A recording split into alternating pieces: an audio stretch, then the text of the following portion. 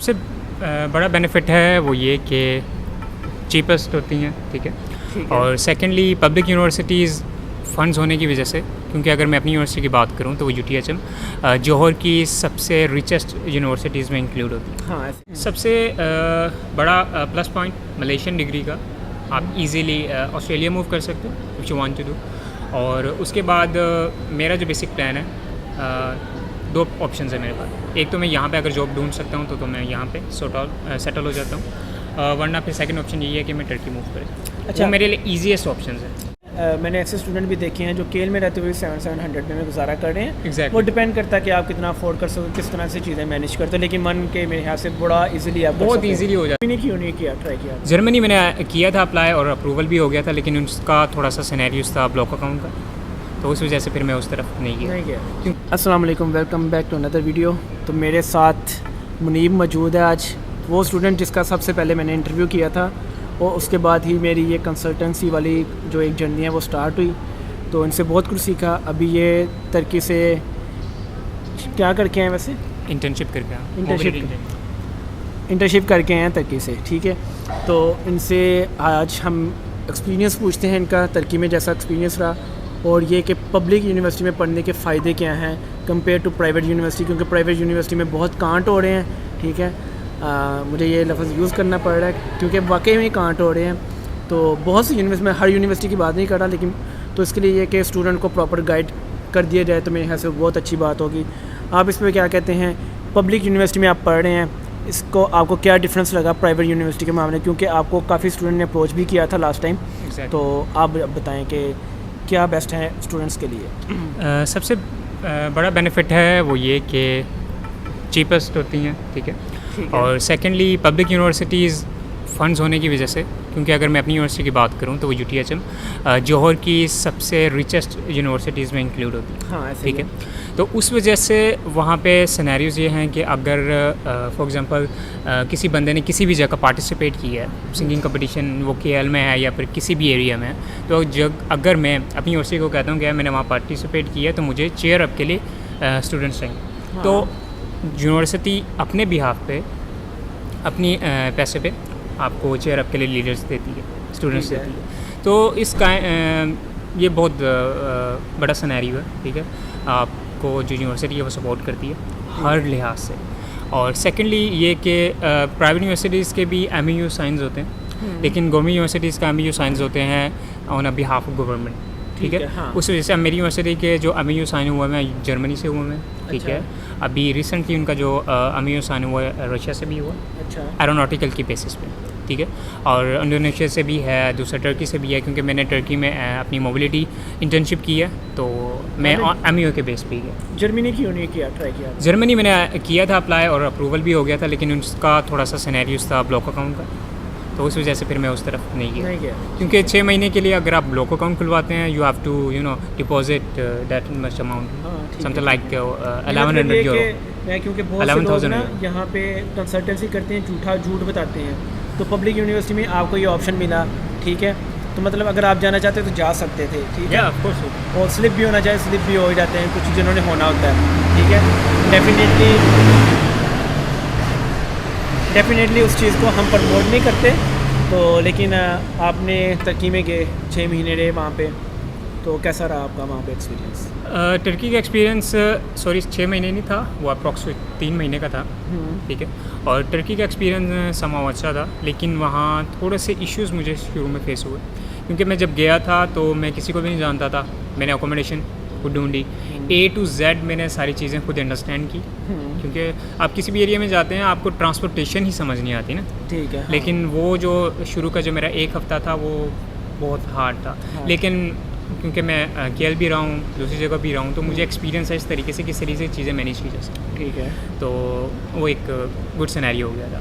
फिर मेरी जो यूनिवर्सिटी थी वो थी एल्टनबश यूनिवर्सिटी, वहाँ पे मेरी 3 महीने की इंटर्नशिप थी, और मेरा इंटर्नशिप का जो बेसिक टॉपिक था वो मैंने UAVs पे वर्क करना था, अनमैन एरियल व्हीकल। तो सम सॉर्ट ऑफ एक अच्छा एक्सपीरियंस था मेरे लिए, एक नई चीज़ सीखने को मिली, और सबसे बड़ी चीज़ टर्की विजिट हो गया। हाँ, अब आपका आगे क्या प्लान है स्टडी के बाद, और फिर हम इसके बाद मैं कंपेयर करूँगा तुर्की में आपका एक्सपीरियंस और मलेशिया में एक्सपीरियंस, उसको हम मैंड पे रखते हैं। फ़िलहाल हम आपकी स्टडी पे फोकस करते हैं कि आप बताएं अब आप अपना फ्यूचर क्या देख रहे हैं, आगे क्या प्लान है, शायद उससे हमें भी कुछ सीखने को मिल जाए। सबसे बड़ा प्लस पॉइंट मलेशियन डिग्री का, आप इजीली ऑस्ट्रेलिया मूव कर सकते हो if you want to do. और उसके बाद मेरा जो बेसिक प्लान है, दो ऑप्शंस है मेरे पास। एक तो मैं यहाँ पे अगर जॉब ढूंढ सकता हूँ तो मैं यहाँ पे सेटल हो जाता हूँ, वरना फिर सेकंड ऑप्शन यही है कि मैं टर्की मूव करूँ। अच्छा, वो मेरे लिए ईजीएस्ट ऑप्शन है। अब आपकी जो यूनिवर्सिटी है वो है जौहर बाड़ो में, ठीक हाँ है। जी, जौहर। अक्सर स्टूडेंट एक गलती करते हैं कि हमें सिर्फ केल में रहना है, केल में रहना है, केल में रहना है, ठीक है। इसके लिए वो प्राइवेट यूनिवर्सिटी ढूंढ लेते हैं। Exactly. और फॉर एग्जांपल अगर एक स्टूडेंट प्राइवेट यूनिवर्सिटी में 30,000 दे रहा है, ठीक है, वो सोच रहा है कि केल में मैं रहूँ ताकि मुझे यहाँ पे जॉब्स मिल जाएँ, ठीक है, जो कि अलाउ भी नहीं है। लेकिन वही स्टूडेंट अगर किसी पब्लिक यूनिवर्सिटी में जाके रहता है जो गाँव की तरफ है या साइड पे है सिटी से, और वही जो उसने 30,000 प्राइवेट यूनिवर्सिटी को देना वो अपने पे लगाए, अपनी स्टडी पे फोकस करे, तो वो मेरे ख्याल से ज़्यादा बेटर है। आप इस बारे में क्या कहते हैं? ये वैसे एक अच्छी ओपिनियन है, क्योंकि मेरा भी ये सिनेरियो है। मैं कम से कम फ़ी पे कर रहा हूँ, ज़्यादा से ज़्यादा अपने पे खर्च कर रहा हूँ, ठीक है। मेरा मंथली एक्सपेंस अराउंड 1K है, 1K आ रहा है, तो उसमें मेरा अच्छा से एक्सपेंस हो जाता है। मैं ईज़िली अपने आप को यूटिलाइज़ कर सकता हूँ, ठीक है। और सेकेंडली ये कि अगर मुझे बाइक या गाड़ी ख़रीदनी है तो I can by that one, और उसके बाद fuel and all that expensive नहीं है यहाँ पे मलेशिया हाँ, में। मलेशिया तो में उस हिसाब से 1K में भी मेरा इजीली गुजारा होता है। 1K मेरे ख्याल से फिर भी बहुत ज़्यादा है। मैंने ऐसे स्टूडेंट भी देखे हैं जो केल में रहते हुए 700 में गुजारा कर रहे हैं। Exactly. वो डिपेंड करता है कि आप कितना अफोर्ड कर सकते हो, किस तरह से चीज़ें मैनेज करते हो। लेकिन 1K मेरे ख्याल से बड़ा इजीली आप कर बहुत सकते हो। इजीली हो जाता है। ठीक ये है। आप ये देख लें कि 600 to 1K के दरमियान की एवरेज है, हाँ, ठीक है। और मैं मंथली अपना कोई 200 रिंगेट सेव भी कर लूँ। और इसमें एक और चीज़ मैं बता दूं, क्योंकि रिसेंटली मैं इन हुआ हूँ इस काम में, और मैंने ऑलमोस्ट 10 to 12 यूनिवर्सिटी के साथ ना एग्रीमेंट साइन भी किया है कंसल्टेंसी का। तो उसमें कुछ यूनिवर्सिटीज़ की डिग्री की पता है वैल्यू ही नहीं है इंटरनेशनल लेवल पे, ठीक है। तो बहुत से स्टूडेंट को मिसगाइड भी किया जाता है, इसलिए मैं अपने स्टूडेंट को पहले बता देता हूँ बेसिक मकसद है क्या, ठीक है। कुछ कहते हैं यार बस मास्टर करना है ताकि मैं अपनी बीवी को ले आऊँ, ठीक है, पढ़ने का कोई मेरा खास इरादा नहीं, तो ये है कि मैं बस देखूंगा पाकिस्तान से निकलना है। Exactly. और इसी चक्रों में बहुत से लोगों ने यहाँ पे बहुत ज़्यादा पैसा बर्बाद किया है, बहुत ज़्यादा। कल एक बंदे ने मुझे बताया ऑस्ट्रेलिया में सेटल होने के लिए उसने 80 लाख रुपए का फ्रॉड करवा लिया अपने साथ, और मुझे कह रहा है कि आप क्या कर सकते हैं। मैं कि मैं ज़्यादा से ज़्यादा वीडियो बना सकता हूँ और कुछ नहीं कर सकता, ठीक है। मैं ज़्यादा चीज़ें मेंशन नहीं करता क्योंकि अभी उसका उस बंदे के साथ लेन देन चल रहा है, तो उसके लिए प्रॉब्लम ना हो। तो अब आप ये बताएं कि तुर्की में 3 महीने आपने गुजारे और मलेशिया में तकरीबन 1.5 साल 2 साल होने वाले मेरे ख्याल से, कैसा एक्सपीरियंस रहा तुर्की वर्सेस मलेशिया? देखो, अगर मैं इसका आंसर दूंगा तो लोग मुझे बुरा बोलेंगे। उसकी रीज़न ये है कि पाकिस्तान में और ओवरऑल एशिया में अगर मैं बात करूँ, तुर्की को इतना पसंद किया जाता है सर। मैं अगर नेगेटिव कमेंट्स दूंगा इस चीज़ पे तो लोग मुझे गालियाँ देंगे कि भाई ऐसा नहीं है। नहीं, अपनी पसंद की बात है, मुझे नहीं पसंद तुर्की। लेकिन इश्यूज़ ये हैं कि तुर्की को जो दिखाया गया है वो बेसिकली वैसा नहीं है। वहाँ के लोग इतने कोऑपरेटिव नहीं है एज़ कम्पेयर टू मलेशिया। सबसे बड़ा पॉइंट ये है। दूसरा ये कि लैंग्वेज बैरियर सबसे बड़ा वहाँ पे, ठीक है। मलेशिया में ये नहीं है। मलेशिया में आप इंग्लिश से गुजारा कर लेते, हम 9 साल से कर रहे हैं। हाँ, लेकिन वहाँ पे आपको A to Z मेरी एप्लीकेशन है, फॉर एग्जांपल अगर आप मोबाइल एप्लीकेशन की बात कर रहे हैं या फिर मैंने सिम ली हुई थी टेलीकॉम की, मैं उसकी एप्लीकेशन की बात कर लूँ तो वो भी उसमें थी तुर्की में, टर्किश लैंग्वेज में, कोई इंग्लिश नहीं है। हाँ। और टर्किश लैंग्वेज का सबसे बड़ा इशू ये है कि उसके अंदर डैश भी आते हैं, पॉइंट्स भी आते हैं, तो उस बेसिस की वजह से वो जो ट्रांसलेशन होती है वो भी ख़राब हो जाती है। तो एप्लीकेशन का जो सारा सिनेरियो है ना वो बहुत बगी हो जाता है। अच्छा, और अगर हम एक्सपेंस की बात की जाए तो तुर्की महंगा है कि मलेशिया महंगा है? That's a good question.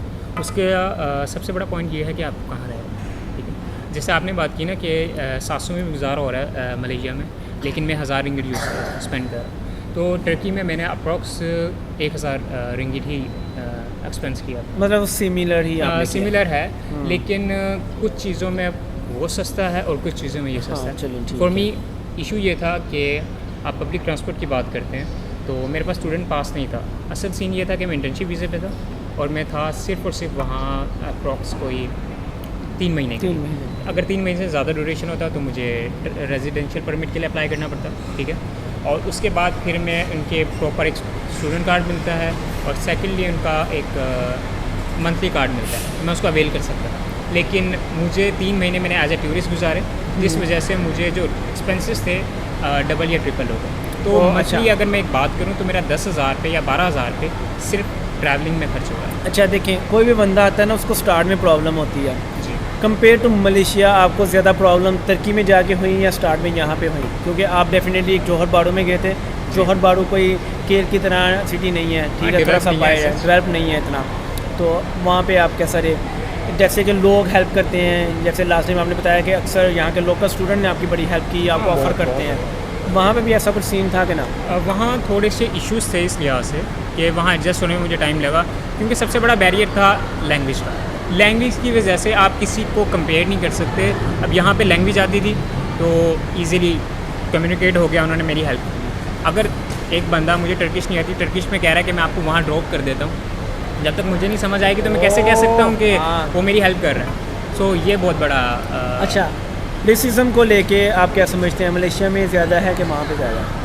Openly बात करें, इसमें क्या है? टर्की रेसिज्म के हिसाब से तो पीक पे उसकी सबसे बड़ी रीज़न ये है कि वो जो अरबी हैं, हमारे फ़लस्तीनी, यमनी, सीरियंस, उनको अच्छा नहीं समझते और उनके लिए नेगेटिव इम्पैक्ट रहता है। ठीक है। एज़ कम्पेयर टू अगर हम एशियंस की बात करें, पाकिस्तानियों की, तो पाकिस्तानियों की 4 साल पहले बहुत ज़्यादा इज्जत थी, लेकिन वक्त के साथ साथ पाकिस्तानियों के कुछ बैड सीन किए हैं और दूसरे हिसाब की वजह से तो वो ज़रा ख़त्म हो गया सिनेमा। ठीक है।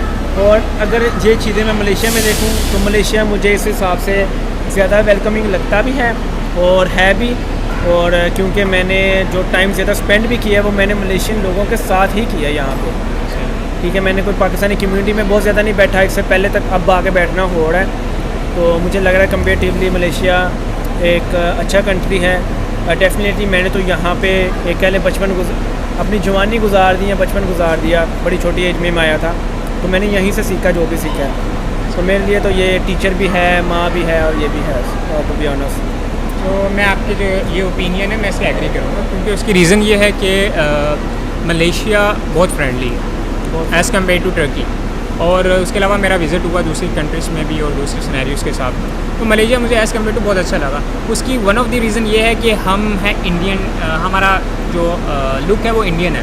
हाँ। तो समटाइम्स वो समझते हैं कि यार हम लोकल हैं यहाँ, तो ये भी एक अच्छी रीज़न है जिस वजह से हमें लोग प्रॉपर अलग तरीके से भी ट्रीट करते हैं। तो वन ऑफ द इसमें ये भी है कि बहुत से लोग आपको ना नेगेटिव, एक जैसे पाकिस्तान में भी आपके साथ लोग फ्रॉड करते हैं, ठीक है, हर जगह लोग फ्रॉड करते हैं। आप नहीं कहते कि आप पाकिस्तानी फ्रॉडी हैं। एग्जैक्ट। तो यहाँ पे जब आपके पास कोई एक मलाई बुरा कर देता, इट डजंट मीन दैट कि सारे मलाई बुरे हो गए हैं, ये सारे मलाई रेसीज हैं, ये सारे इंडियन रेसीज हैं। मैं हर कम्युनिटी में बैठा हूँ। यहाँ की जो 3 बड़ी कम्युनिटी हैं, चाइनीज़, इंडियन और मले, और इसमें मुझे हर तरह के लोग मिले हैं और सबसे ज़्यादा जो मुझे फ्रॉडी मिले हैं वो पाकिस्तानी मिले हैं। तो चलें, आप कुछ कहना ऐड करना चाहिए तो कर लें, मेरे यहाँ से वीडियो लंबी हो गई है, तो हम बाकी चीज़ों को नेक्स्ट वीडियो में कवर करेंगे, अभी मिलना ही है। आफ्ताब यहीं पे है। हाँ, इंशाल्लाह।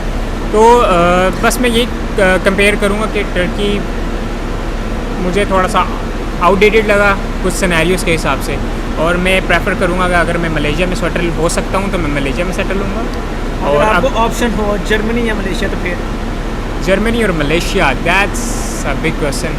तो प्रेफर तो यही होगा कि जर्मनी हो जाए, लेकिन एज़ कम्पेयर टू आपका बजट कितना है, अगर आपका बजट यही वाला है तो आपको यहीं सेटल होना ज़्यादा बेटर है। जर्मनी मूव होने की वजह ये वहाँ पे पासपोर्ट मिल जाता है कि यहाँ पे इनकम ज़्यादा है, या दोनों? ये दोनों रीज़न्स हो सकते हैं, क्योंकि मलेशिया में सबसे बड़ा इशू ये है कि आपको पासपोर्ट नहीं मिलता, तो ये रीज़न है। अदरवाइज़ तो मलेशिया को प्रेफर किया जा सकता है क्योंकि बहुत फ्रेंडली है। और हाँ, ऐसा ही। और इन शॉर्ट अगर मैं बात करूँ तो हमारे जैसे ही हैं, एजेंट्स जैसे ही हैं, तो एजेंट्स ही ना बेसिकली। हाँ। तो उस हिसाब से अगर देखा जाए तो हम यहाँ बहुत इजीली एडजस्ट हो जाते हैं as compare to Germany. Country है, खाने पीने का इशू नहीं है, हर त्यौहार भी मनाया जा रहा है, और मुझे तो मज़ा आता है ऐसे यहाँ पे। और अगर मेरे पास ऑप्शन हो जर्मनी या तो मलेशिया, तो I think I will choose Malaysia.